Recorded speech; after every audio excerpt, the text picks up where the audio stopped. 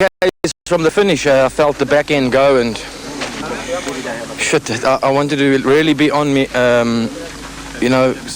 Carlos and Nani today, because, I don't need them to take any more time out of me, and it looks like they've taken about 30 seconds to a minute out of me, and I just got onto their tail about 70 k's from home and thought, okay, I'll sit with them to the finish, and the moose blew, so I hope I've had my bad luck for this Dakar. Quick stage though. It was unbelievable. I mean, it was like a motorway, a desert highway, and obviously the twin just came to its fall today, and I mean, we had a very bad headwind, and on the single, maximum about 155, 160, and I'm almost sure he was pulling at least 190 along there, and the problem is he's also, I thought he'd pull a lot more time than us, so we're actually lucky he didn't take 10 minutes out of us today. But still a long race, and we have to put the pressure on every day. Maybe he can make a mistake. Were you tired after the small amount of sleep you had last night? Yeah, it was a bit stupid. I mean, we arrived, the front runners got there at 4 o'clock in the morning. I mean, we put our heads down just on the ground. I mean, we had no pillows, we were frozen, and we tried to get an hour or two sleep, but it's difficult when you're cold, and woke up at about just before 7, had some breakfast, and then went to the start at 8, so I think it was just crazy myself, but if that's what they think adventure's all about, we did it.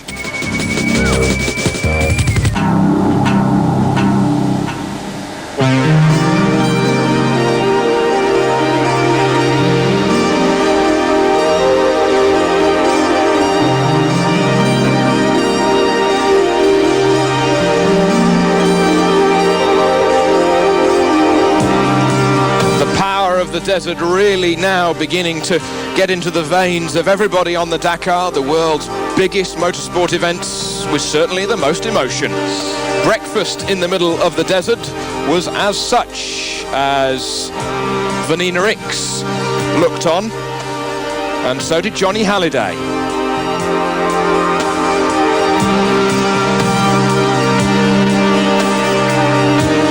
A group photo for all of the Toyota team, and that is certainly one for the kitchen notice board. You'll never ever ever get a backdrop such as that for a very long time yet.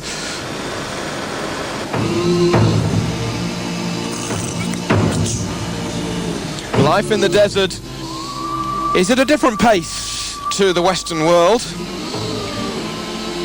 and even the Dakar rally has to stop if there is a train coming across its way. Kenjiro Shinozuka, winner of the stage and second overall on the Dakar. Probably, he said, the fastest stage he has ever done. And after the first 40 or 50 kilometres, he just went flat out. But ironically, his power steering went again. Hiroshi Matsuoka, he leads overall, and he said he was Harry Flatters all the way, although maybe he throttled off a little in some places.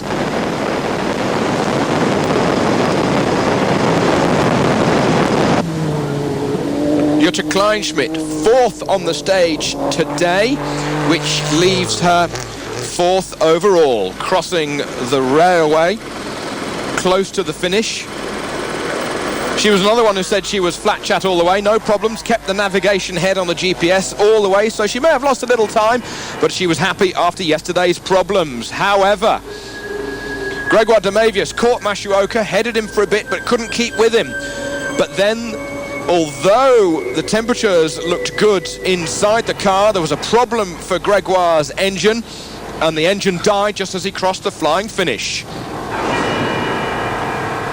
Once he got the time card stamped, he had to push the car another 50 metres out of the control zone. However, it was just a little uphill, and it was difficult.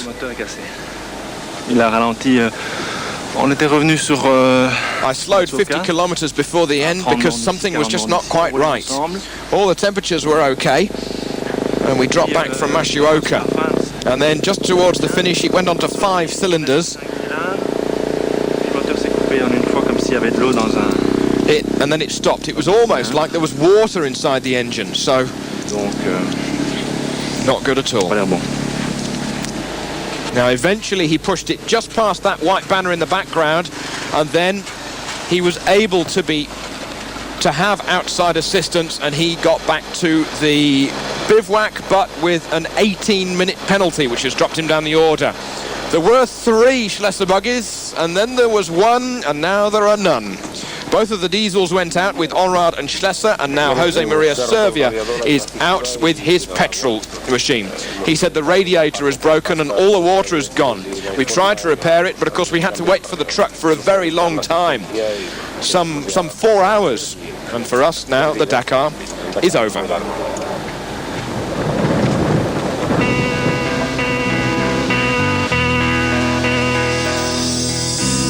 Jean-Pierre Fontenay in the sister Mitsubishi to that of Shinazuka, who won the stage. Fontenay now 5th overall, and a good run also for Qatar's Saeed Al-Hajri, with Matt Stevenson alongside him.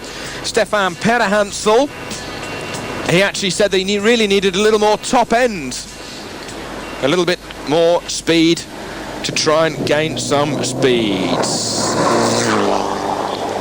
Luc Alphon on board with him here. He says we're coming up behind this local truck. It's the first one that we've encountered all day today. And the dust and the stones, it's the first time I've really had to pass a truck like that. Not really a marathon stage though, because last night we were able to have service. So seems a little odd to me, not really a true marathon. I can't really see the difference between yesterday and today. Luc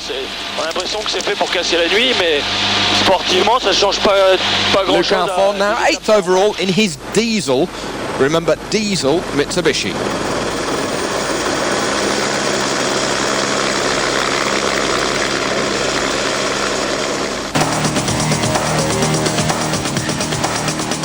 So Damavius actually finished 3rd on the stage, but with his further 18-minute penalty, he's further back. So that's what the results look like today. Shinazuka from Fontenay.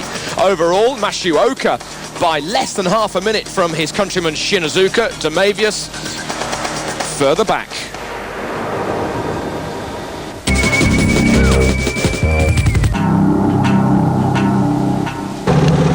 It was not difficult today because after the 40-50 kilo,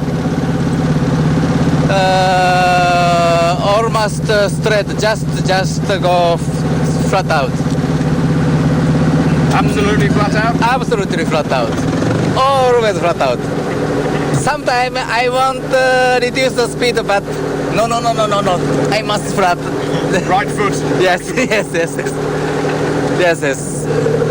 But sometimes we use not only the 6-speed gear, because some days sometimes a little bit heavy. So sometimes I use the 5th gear, and sometimes I use 6th gear. Jean-Pierre Fontenay here saying that between the control point 2 and 3, it was just flat out all the time. The engine was really on song. The only advantage we have is that we can deflate the tires from inside the car, which gives us obviously a little more time in hand. It was a little dangerous though, because there were some bumps at one point, and you felt it safer to knock a little speed off, but we didn't. Easily the fastest stage of the entire rally.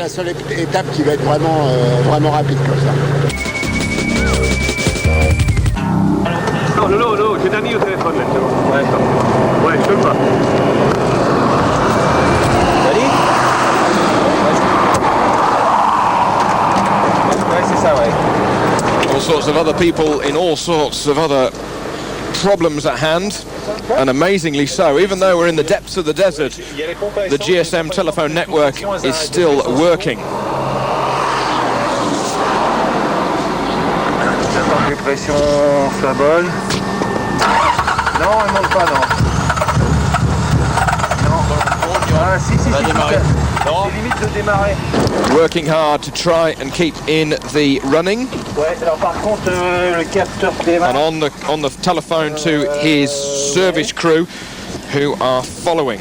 C'est dans celle-là. And down in the area near the water pump, near the radiator, maybe a belt's gone. And it's a bit warm in there, I'll tell you that.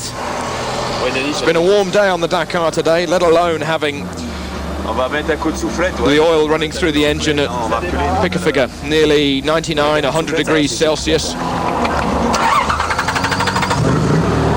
Fortunately, he and his co-driver Guy Lenevaux getting their Nissan started and putting the tow rope away.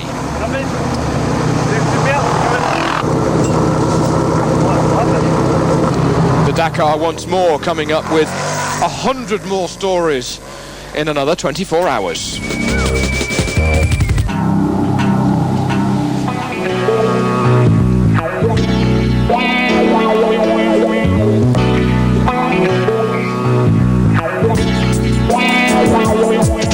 The trucks once more having a trouble-free run across their stage today.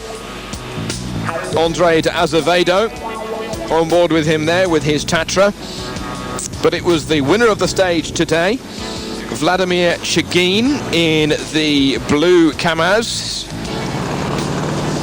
who was victorious only 9 and a bit minutes quicker than Carol Laprace, Andre de Azevedo and Yoshi Sugawara. Sugawara having done some 21 Dakars in total. Vladimir Chagin leads overall from de Azevedo by an hour and 5 minutes. Carol Laprace is third overall by an hour and 17.